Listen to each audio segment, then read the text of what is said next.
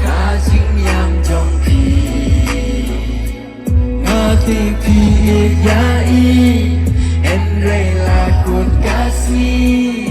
buat yang syum insan sakit mau ya pi. Come on.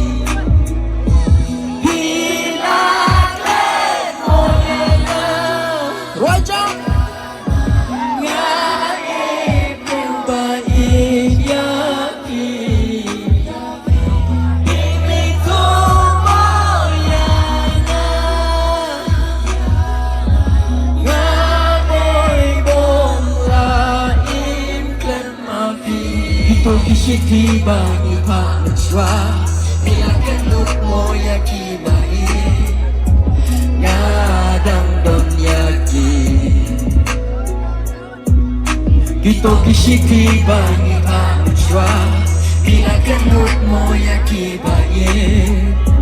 Ngadang don yaki Ngati piyai lakot kasih Iwils mo usyuk kajing yang jongki ngati piyai Henry lakot kasih buat yang syuk ing sakit mau ya pi ngati piyai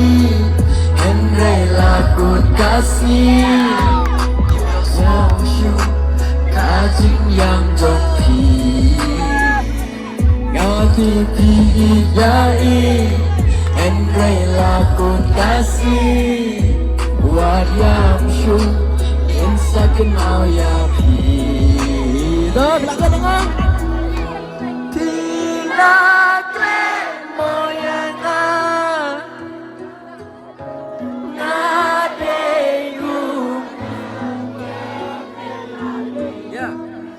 Bimso tumayanga Ngade bom laim pemafi Zaisin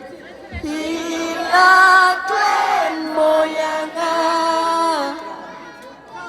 Ngai briubai yapi Bimso tumayanga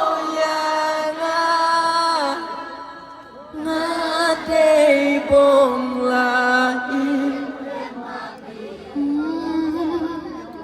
play